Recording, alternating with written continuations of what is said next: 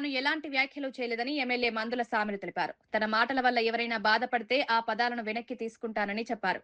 ఈ అంశాన్ని రాజకీయంగా ఉపయోగించుకుంటూ బీజేపీ నేతలు వివాదం సృష్టిస్తున్నారని విమర్శించారు. తెలంగాణ ఉద్యమ సమయంలో బ్రాహ్మణులను కలుపుకుని పోరాడిన వ్యక్తిని తానేనని పేర్కొన్నారు. సమాజంలో విభేదాలు సృష్టించాలనే ఉద్దేశం తనకు లేదన్నారు. ఈ అంశాన్ని ఇక్కడితో ముగించాలనుకుంటున్నారని మందుల సామిరి తెలిపారు. పదం ఏమన్నా బాధ కనిపిస్తే నేను తీసుకుంటున్నా. కనుక మీ పట్ల కానీ, మీ వ్యవస్థ పట్ల కానీ, మీ సంస్కృతి పట్ల కానీ నాకు అమితమైన గౌరవం ఉన్నది. ఆ గౌరవాన్ని నేను ఈనానే కాదు ఏనాటి నుంచో నేను సమాజంలో ఉన్నాను కాబట్టి గౌరవిస్తా. నేను ఇప్పటికి గౌరవిస్తా, ఎప్పుడు గౌరవిస్తా.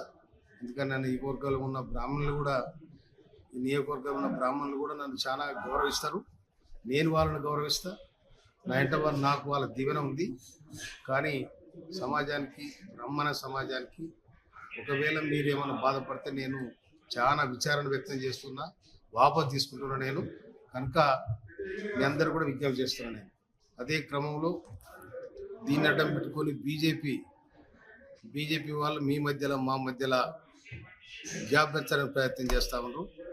కనుక దీన్ని గమనించాలని ప్రజానీకానికి విజ్ఞప్తి చేస్తాం.